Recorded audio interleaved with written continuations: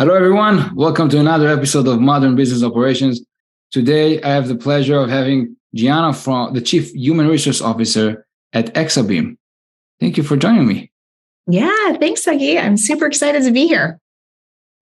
It's been a crazy time for HR on so many levels in the last few years. So maybe before we kind of dive in, maybe tell us a little bit about you, how you got to be a Chief Human Resource Officer, and maybe a little bit about the company too. Yeah, so let's see. I started my career here in Silicon Valley, where I live and work now. I've been in the HR people space for almost 20 years, typically for tech companies, global companies. And I think about what I do. And honestly, I wouldn't do anything else if I could have my pick of any role, any industry, any occupation. And what interests me a lot about this field is we get to play between the human aspects of work and also some of that more business-oriented ROI bottom line. And that intersectionality is just really, really fun and really interesting. And to answer your last question around, so what do I do as CHRO of Exabeam? I lead our HR business partner function, but there's also, there are other functions too, like our facilities and learning, development, diversity, total rewards, talent. So there's some other people-oriented functions, and we're a global leading cybersecurity firm.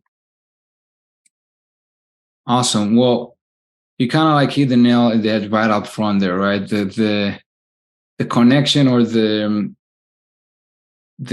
tissue that connects between the human sort of like resources, capital, talent, and how does it drive the business? And honestly, there's so much things we can unpack there, starting from everything that happened in the last few years with COVID and then remote work and then, bubble, especially in the tech industry, that was just crazy talent market. And then all the way back to slow down. And then, not to mention the AI craziness that is coming in and kind of redefining what is our job as people and kind of where to start. So a lot of things we can touch to. Maybe we go back to the sort of like the core of it. What, from your perspective, what is maybe the most important thing from a talent and from a human capital management that people should be thinking about right now? Yeah.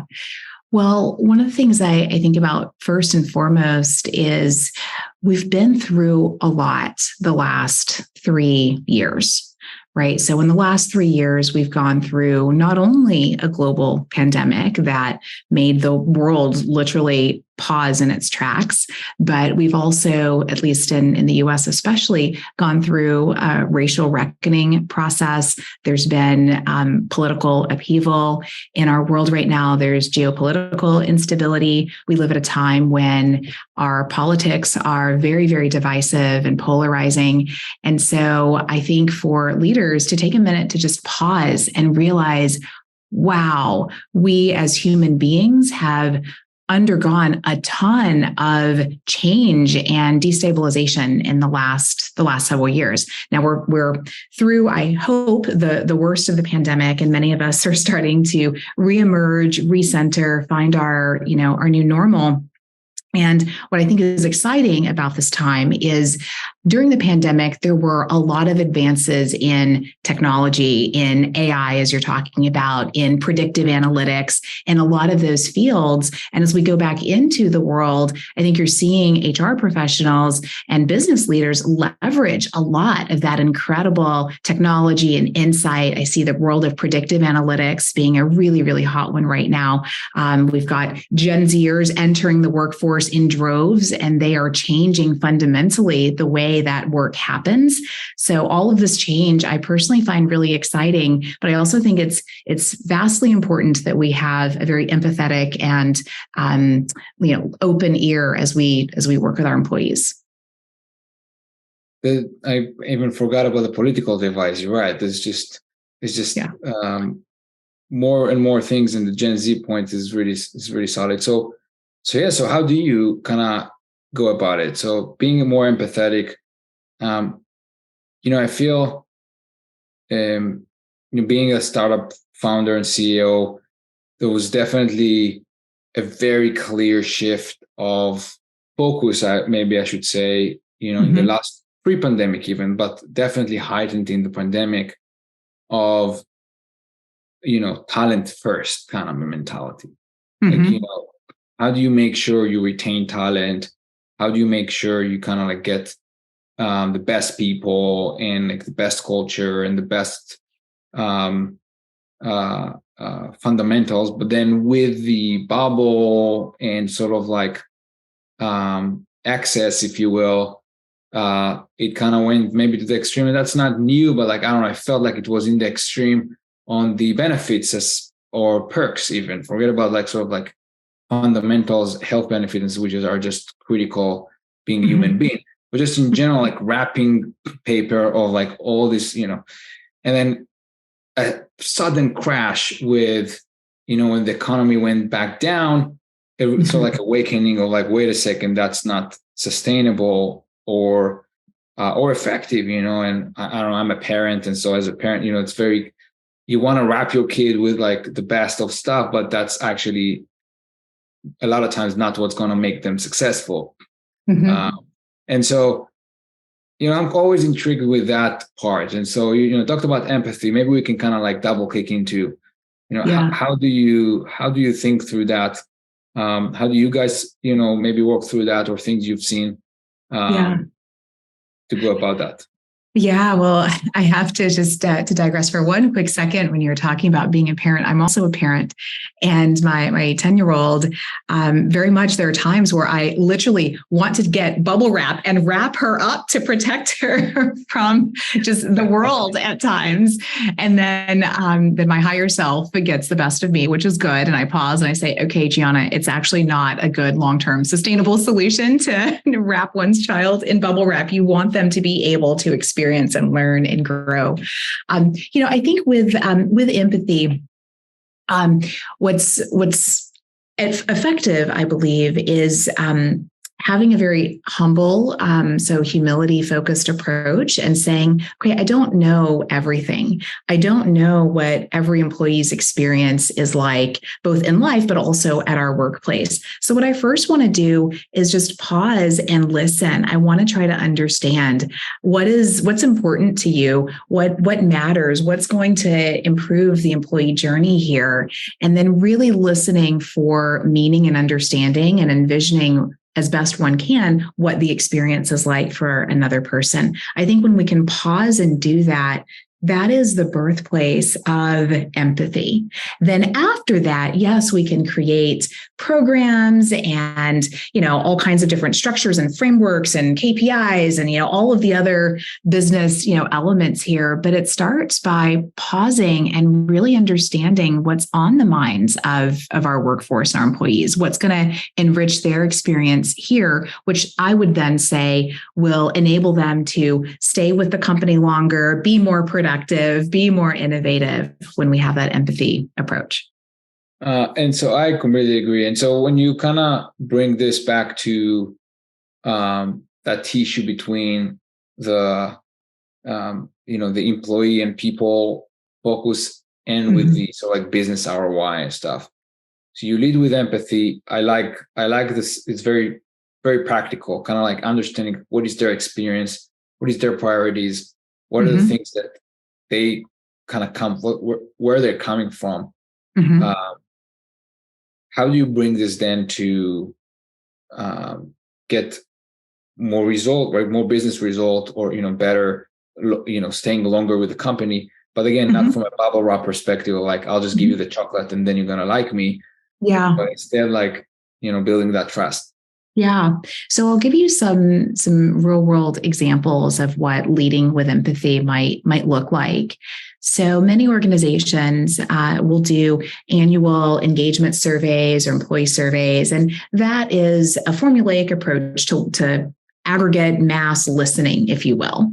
So I think that's good as a baby step to just get a survey of the landscape. And let's say for a minute, when we look at the overall ENPS or Employee Net Promoter Score, if we see that in certain pockets of the organization there are, there's a dip, or there are teams or groups that are significantly below whatever the overall company average is, I think that's an opportunity right there for listening and for increased empathy. And I'll get to what that means in just a second. But I also want to highlight that in this approach, it's also useful to see where the outliers of extreme joy and happiness in the organization as well, because that also is an opportunity for increased listening and empathy. So when we look at that data, then I think we as business leaders are able to sit down in either focus group types of situations. It could be one-on-one. There could be anonymous ways of listening. But I think it's understanding I'm using some makeup information here. If we were to look at our ENPS and deduce that our underrepresented minorities in our EMEA region were significantly less engaged and less happy than the overall workforce, then we might sit down with some of those underrepresented groups and say, tell us about your experience here. Help me understand what it's like to be you at our company. And so when we adopt that approach and we start to listen without fear of shame or retaliation or anything like that, we can start to paint a picture around what programmatic resources we might offer that would increase and enhance their experience. And similarly, if we were to ask our employees about, well, why are they so happy, right? Like wherever those ENPS scores are higher than the norm, we might understand better things that are happening there that we could replicate across the company. And by having that approach, we here at Exabeam have created a number of employee resource groups, so ERGs, which have been really fabulous at creating community and being safe spaces where our employees can go and just share and brainstorm and feel like they're not alone as they deal with mental health issues or, whatever it might be. It could be what it's like to be certain types of minorities that have acts of violence committed against them or whatever it is. But that's been really powerful. And I share that as a sole example of what an empathetic approach could look like and what the result could be. How much of it, actually, before that, how big is the company? Yeah, so we are about 700 people globally. Okay. How much of it do you feel like it makes total sense and almost obvious in retrospect when you describe it that way, and where there's demographic differences, whether it's like, especially when you're a global team, different cultures, different challenges, different externalities that impacting their life and therefore going to impact their time at work and therefore can impact the company. And so that makes sense. How much of this can be applied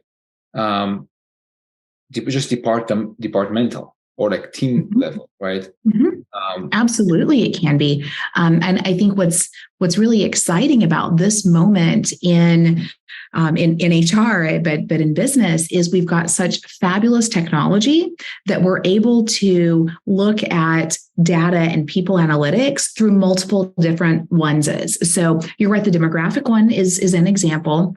We could also look at this through the lens of departments. We could look at this, we could go a couple steps further and look at this through the lens of, okay, which talent sources for recruitment end up being ultimately those who stay with the company longer or are promoted, faster, or, like you can slice and dice data in so many really cool and interesting ways now because we have so many awesome tools that frankly, we didn't have even 5 years ago. Yeah, this space has boomed like none other. And it's very exciting. When I think about HR sometimes, not from a personal level, obviously, as someone that works in companies and get, help from HR, but from the sort of like the responsibility of the human resources, right? This company has multiple different resources. The biggest one and still the most important one is the human aspect of it. I think what's interesting in the last few years is not as much that it happened, but how fast and back to back those changes happened from where, from where it's very, very, very supportive. And again, empathy was like number one. Yeah. And so like the best, or honestly, almost like the only thing you should do is just make sure that you're there for them and supporting of them. Mm-hmm. And as a CEO too, the expectations were almost like, make sure you kind of like represent all the groups, making sure everyone has a voice, making sure there's diversity in everything. And all of the things are still important. But I think what happened in the last year, as we human used to, we like to live in extremes. Every time like things become super extreme one side, then it kind of flips to the other side. Yeah. The reality is, the balance is always where things are in peace. But the other extreme, and some people might look at the headlines with layoffs and reduction in force, and almost feel like, what's going on? Like a second ago, especially in tech was like the most progressive, most like human-centric, remote work, work as much as you want.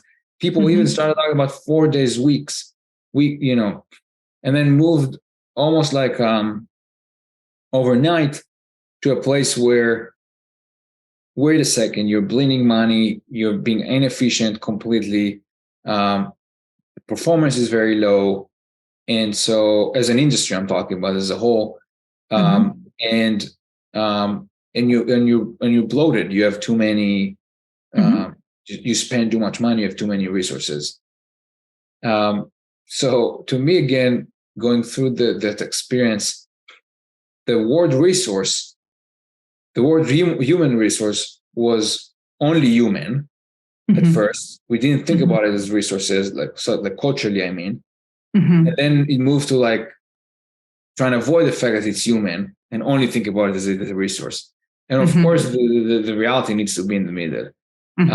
So I guess, as the wind died down a little bit, what is the right way to kind of like lead with empathy, but be, again, using your words, ROI driven into performance, and sort of like, and kind of like, again, going back to being a parent, manage that thing. So I'm just curious, things that maybe, how do you align those groups, those focus groups with company initiatives or OKRs? Yeah. How do you, those things, to me personally, I know is always a struggle of how you kind of like align those things together. Yeah. Well, I think you hit it on the head when you mentioned that it's almost like there's this focus and emphasis here, and we over rotate in that direction, and then we almost go off kilter. So then let's correct and over rotate in the other direction. And it's like, oh my goodness, either extreme is not ideal. What I go back to is thinking about, yes, empathy and having a kind, open, psychologically safe approach is important. However, I would couple that and say, holding people accountable is equally important. I think great leadership starts with empathy.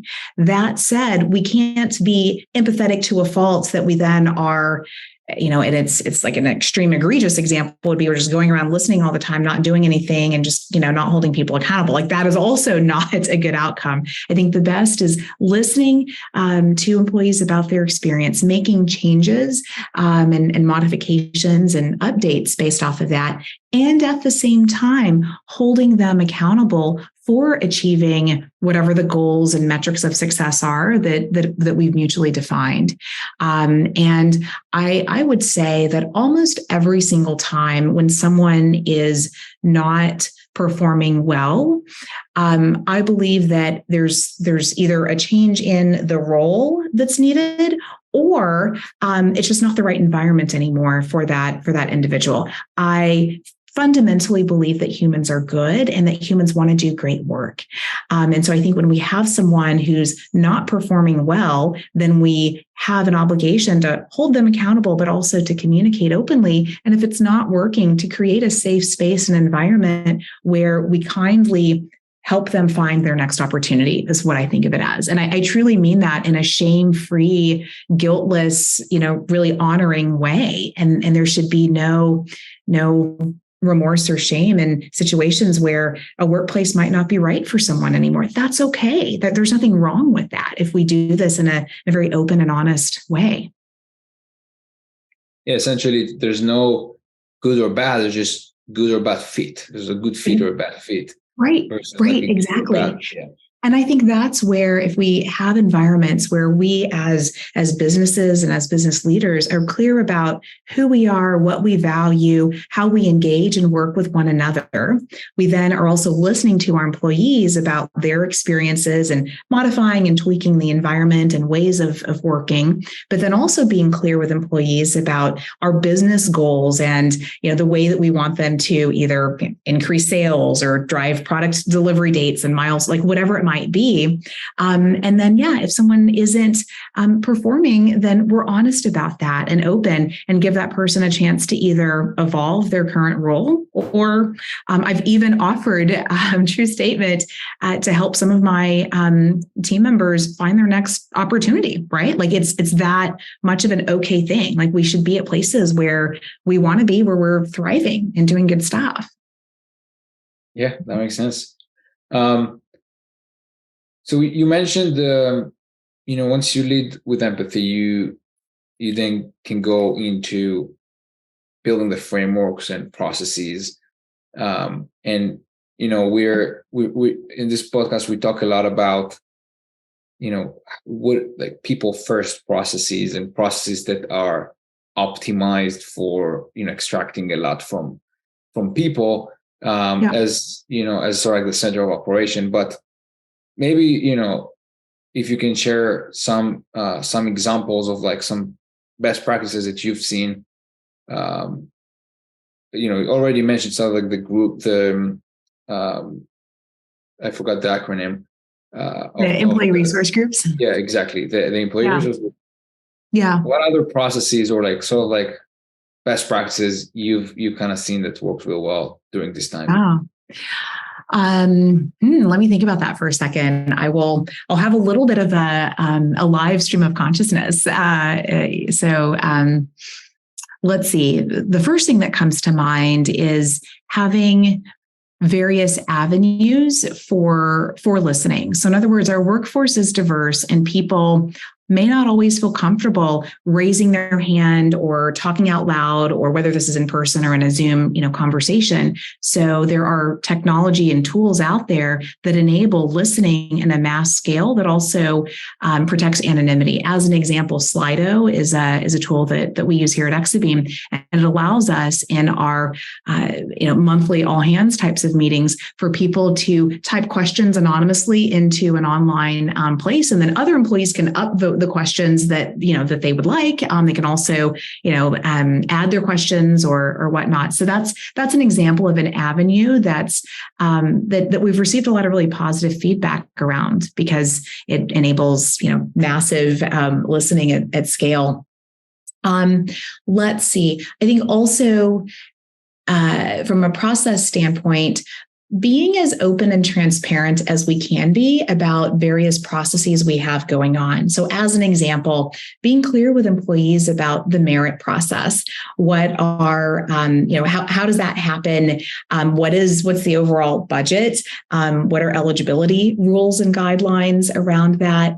Right now in the HR people space, we have a lot of new laws and legislation around pay transparency. There's a lot of reporting that we have to do. And I think this is an opportunity to be transparent and to build trust with employees, to share with them, here are the pay bands that we have, here's how we derived these, and here's where you fall in that band. And more importantly, here's why. And here's what we can do if pay is of interest. And most people would probably say that pay was something that they were interested in increasing. We can have open conversations about development and moving up in the pay bands and the pay ladders. So these are some of the off the cuff, top of mind things. I can delve further into performance reviews, career ladder. I can go any direction. So tell me what you think. I really like I like both of them.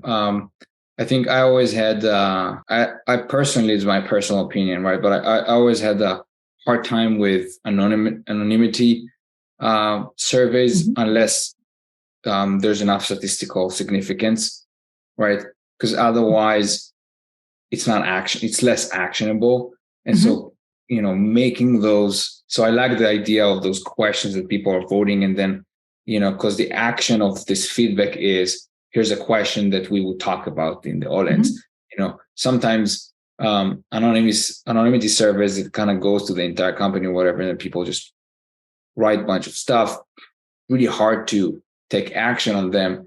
You can't kind of attribute to even what demographic or what team or what area, right? So we kind of talked about that. But on the other point you made with the transparency, I think there's a really interesting trend right now that I've been seeing. Kind of curious to hear your thought on that. I find personally refreshing, if you will. Where, and again, I'm kind of leech on back to the parenting example, but where sort of stop treating your employees as like kids. So treat them like adults in the sense of that really the result is transparency. This is, like you said, the salary bands, but this is also why. This is how much we burn money. This is how much money we make. This is how much, we need to spend on certain things. You are part of this, your own, as part of us in this ride. We care about your career. You care about the company's success. But we're in it together. And just like with kids, a lot of times, not all ages and not all times, obviously, but in many cases, bringing the kid along to the decision of understanding the situation, and so think about it from a friend's first principle. This is the situation. Is sort of it's very different than basically just saying no, or just saying you can't have that, or you can only have that then, or worst case scenario, just give it to them without any explanation. So, probably two parts question is A, have you seen that, or kind of been, hearing that, or B, what's your thoughts or takes about that kind of approach? Yeah, well, so I love being transparent and communicative and open. I think you're exactly right, though, that there are times where that transparency and openness might not be the outcome that somebody wants, right? It might be information that doesn't make them feel good, and it's not what they want to hear. I do think, though, it's important for us as leaders to lead with authenticity and to share very openly, to the extent that as that it's appropriate, what we can about whether it's the financials or our goals or whatever that might mean. I would say what I have found is in these conversations, to the extent that we can have people feel heard, even if they don't like the outcome or if they don't like the final result, if they know that their voice was heard and they were listened to, and then we proceed to explain whatever the decision is and why, I've found that usually yields a good outcome, right? Because the employees on the other end are, they're also intelligent humans. And as long as they know, okay, I know that they heard me and maybe they're not doing something about that right now, or maybe they're not able to right now, that goes a long way toward building trust with employees. Absolutely. Well, I love to ask, what is maybe a very strong advice you got somewhere along, your career where you really feel like it's worth paying forward? Well, what's wonderful about this question is I've been fortunate to have so many incredible mentors and people who've shared their thoughts with me. So in thinking about this, I had to pause and say, well, I have so many ideas and quotes and things. But the one that resonated the most is around fear and how conquering our fears is important. And the quote goes something like, "Fear of failure killed more dreams than failure ever will." And I think a lot of times we're afraid to engage or raise our hand or say what we really think. And what I would encourage folks to do is advocate for yourself and your beliefs and your values. Obviously, do that in a kind way, but be clear. And it's okay to be yourself and to be bold. Right. And that I'd say has served me well in my career. It's been scary at times. Absolutely. It's still scary today, especially when my thoughts are in the minority of opinions out there sometimes, or if I want to go in this direction and everyone in the room wants to go in that direction. However, again, I go back to, if I say nothing, well, then not that it's a win-lose paradigm, but if I say nothing, then we're definitely going to go in this direction. I owe it to myself and to my colleagues to say what I truly believe and think. Absolutely. I love it. Well, thank you so much. If people want to reach out, talk more or get advice or share thoughts, is it Twitter? Is it LinkedIn? So Gianna Driver on LinkedIn is probably the best way to reach me. I'm not super savvy on other platforms, so LinkedIn is probably the best one to reach out. Awesome. Well, Gianna, thank you so much. That was great topics, great tips. I appreciate the time. Yeah, thank you so much. It was great to be here.